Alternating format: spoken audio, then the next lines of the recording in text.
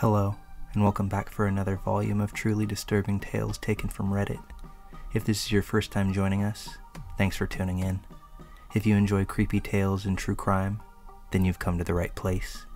We upload multiple times a week, and I enjoy interacting with subscribers, so please leave thoughts and comments down below. We also operate an Instagram page, so feel free to follow us there for scary facts, previews of upcoming releases, and otherwise unsettling posts. But without any further delay, let's get to today's stories.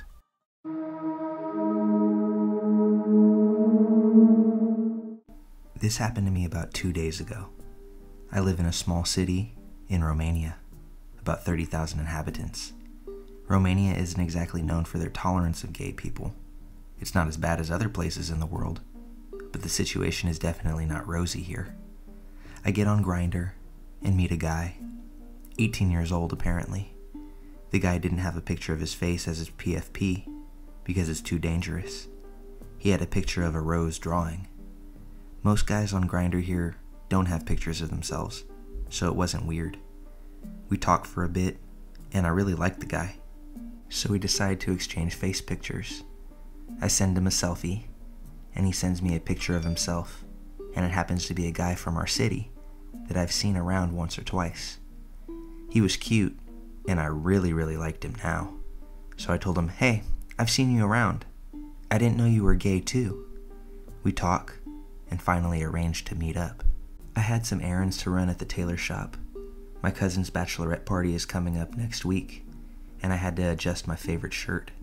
So I asked him to meet in front of the tailor shop later that day. The building in which the tailor shop is located has 4 stories. The ground floor is a clothes shop, which my aunt works at.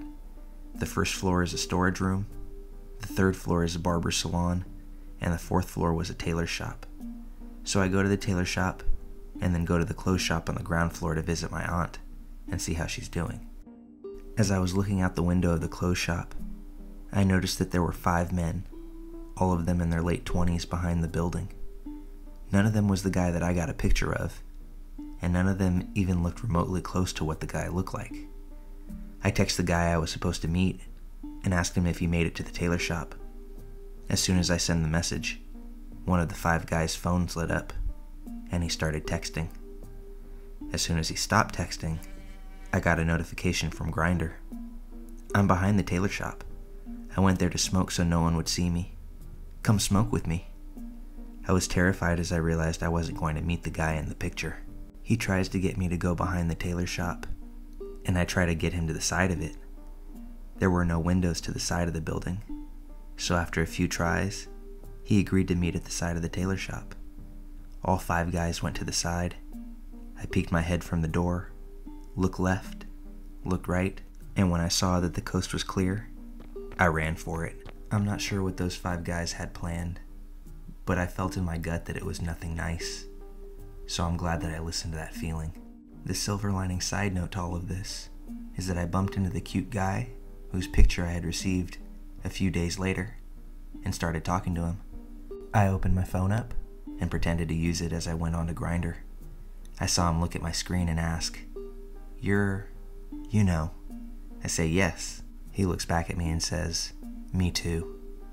I told him about the incident, and he got kind of scared as the guys used his picture, but it didn't stop him from accepting a dinner invite from me. We go out next week.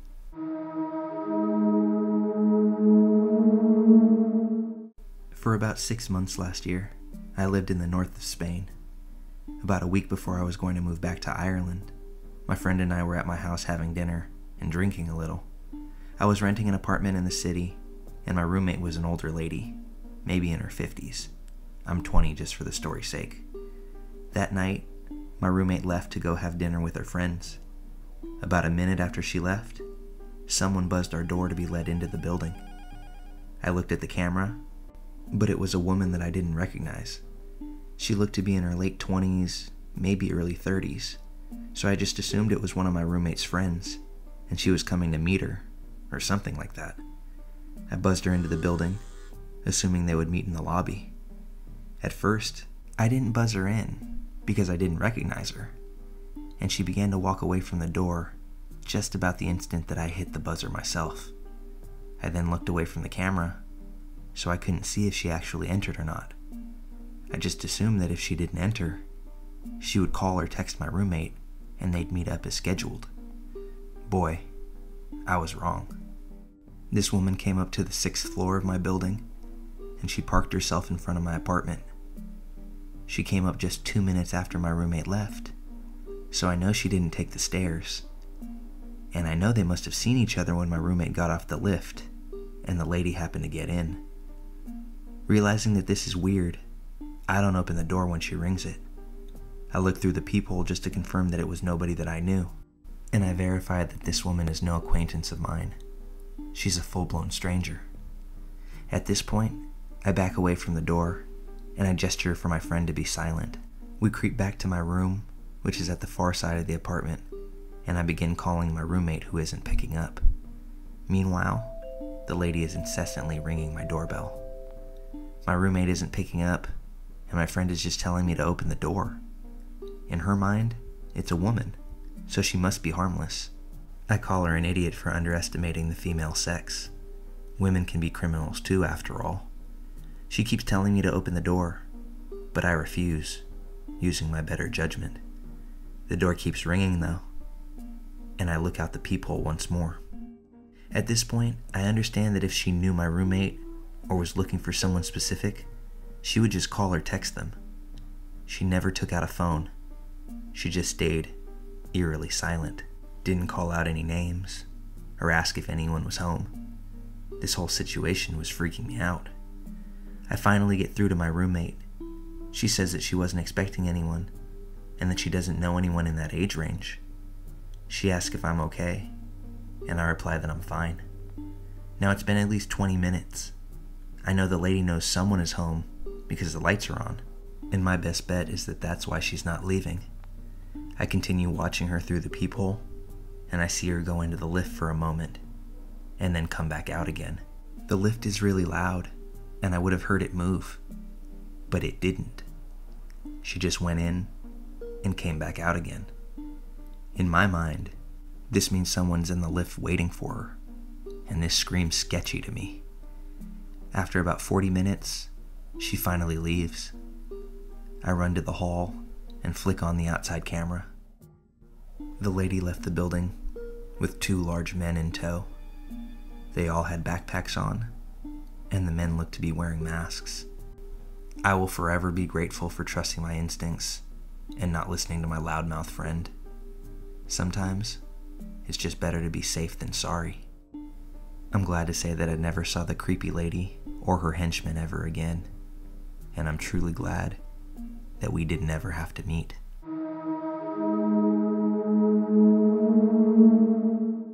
This entire situation happened to me back in December of 2019, although I still think about it on a daily basis because it was unlike any experience I had ever had before. I hope it offers some sort of enlightenment on what to do / not to do if you find yourself in a similar situation.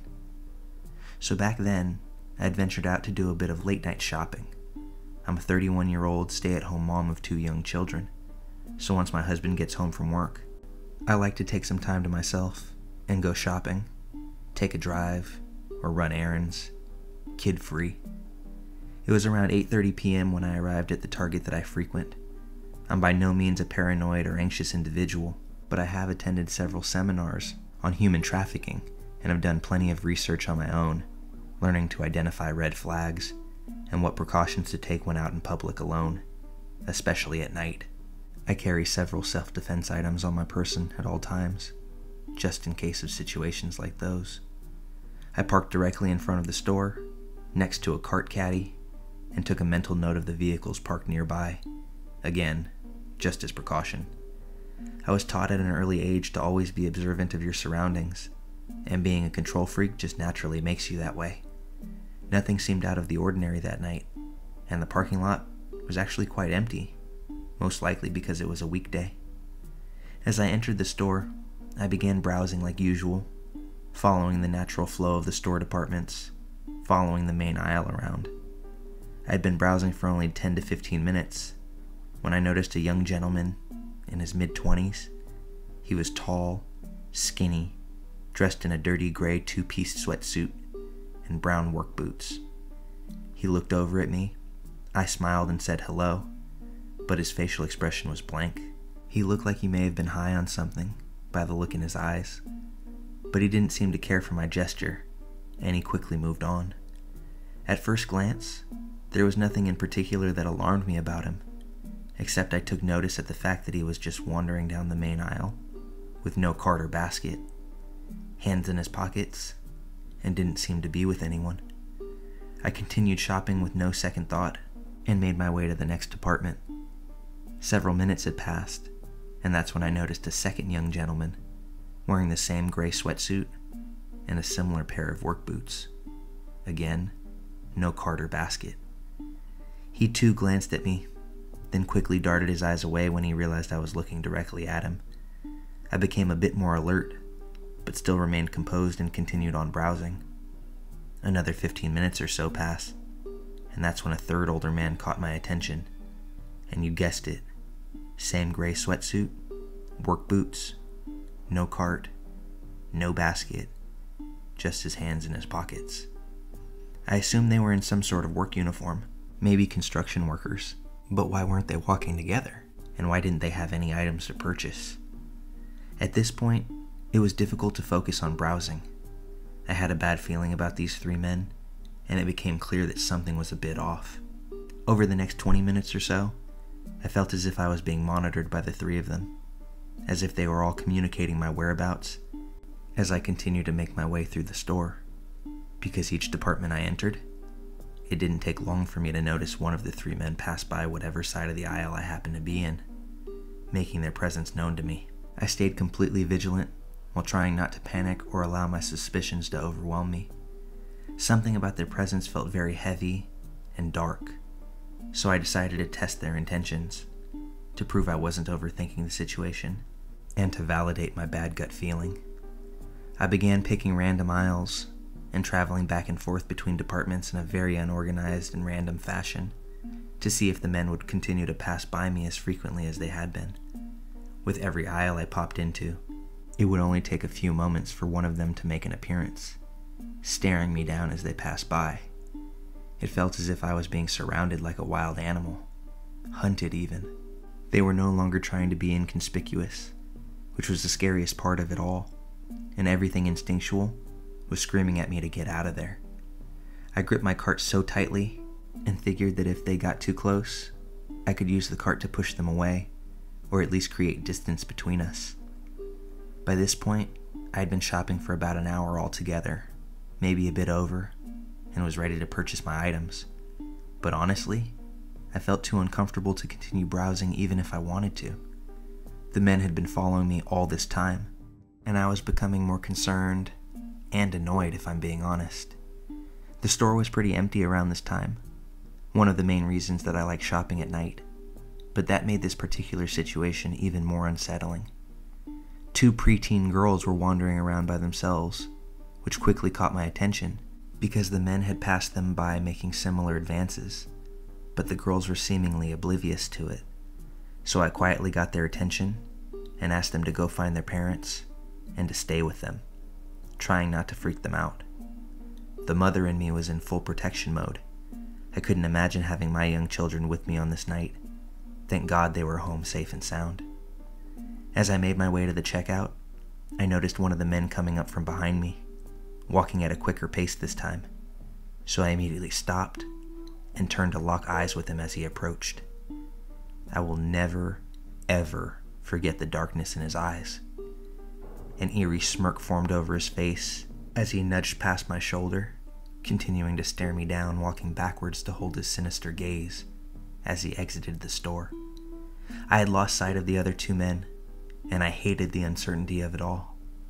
He made his message clear in that very moment. My stomach dropped, and my entire body began to shake. It was a feeling I hadn't felt since I was a kid getting lost in the supermarket, a feeling of desperation. I quickly walked to the checkout, discreetly asked the cashier if I could speak to a manager, and told them what had happened over the last hour, politely asking for a male employee to walk me out to my car and for them to alert their security team members.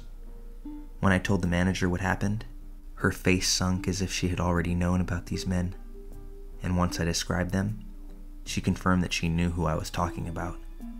She expressed that several of the female employees had found the men unsettling in the past, and reassured me that someone would escort me to my car. She made a report about the incident and said she would alert the authorities. I was still shaking, but I felt relieved that she believed me and showed concern for the other young female patrons in the store. She took my information, and then a young male employee walks me out to my car. What I saw as I exited the store made me sick to my stomach, as it solidified all of my suspicions. A white, windowless van was parked in the lot directly behind my car, about a 3 parking space distance between us. One of the men seated in the driver's seat, and the other 2 leaning against the side of the van facing my car, attempting to hide out of view. I mean, how cliche and obvious can you be? Your license plate might as well read, "Lady Snatchers." Whatever their intent, it didn't seem pure. I pointed them out to the male employee and said, "There they are," which then prompted the men to scurry into the van and speed out of the parking lot without hesitation. I truly don't know what would have happened if I walked out to my car alone, and I'm so freaking grateful I made it home safe and lived to tell my story. Over the following week, I had heard there were several abduction attempts in the shopping center parallel to that target, and I'm almost certain it was the same individuals. I have no concrete confirmation of this, but in my heart of hearts, I feel that it would have been very likely for me to be one of those abduction attempts if I didn't listen to my gut.